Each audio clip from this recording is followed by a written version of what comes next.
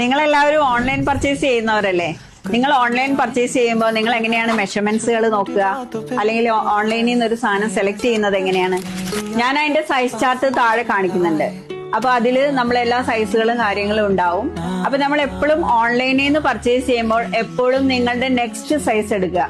കാരണം ഒന്നിലും നമ്മൾക്ക് മാർജിൻ ഉണ്ടാവില്ല അധികം. അപ്പൊ നമ്മൾ നെക്സ്റ്റ് സൈസ് സെലക്ട് ചെയ്യുന്നതായിരിക്കും എപ്പോഴും ബെറ്റർ. സ്ത്രീകളുടെ ഒരു റെഡിമെയ്ഡ് മെഷർമെന്റ് ഉണ്ട്. ആ റെഡിമെയ്ഡ് മെഷർമെന്റ് അനുസരിച്ചിട്ട് എപ്പോഴും നമ്മൾ ചെയ്തു കഴിഞ്ഞാൽ പല സ്ത്രീകൾക്കും ഹിപ്പ് സൈസ് കറക്റ്റ് ആവാറില്ല. അപ്പൊ നമ്മൾ അതിന്റെ നെക്സ്റ്റ് സൈസ് എടുക്കുകയാണെന്നുണ്ടെങ്കിൽ മുകൾ ഭാഗം മാത്രം നമ്മളൊന്ന് ഓൾട്ടർ ചെയ്ത് കഴിഞ്ഞാൽ ഹിപ്പ് സൈസിന് കറക്റ്റ് ആയിട്ട് നമുക്ക് കിട്ടും.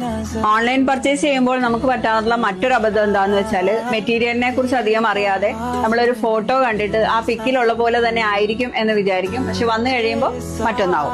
അപ്പൊ നമ്മൾ എന്താ വേണ്ടതെന്ന് വെച്ചാൽ അത്യാവശ്യം അറിയുന്ന ആൾക്കാരെ കൊണ്ട്, മെറ്റീരിയലിനെ കുറിച്ച് അറിയുന്നവരെ കൊണ്ട് അത് നമ്മൾ നോക്കിയിട്ട് മെറ്റീരിയൽ എടുക്കുക.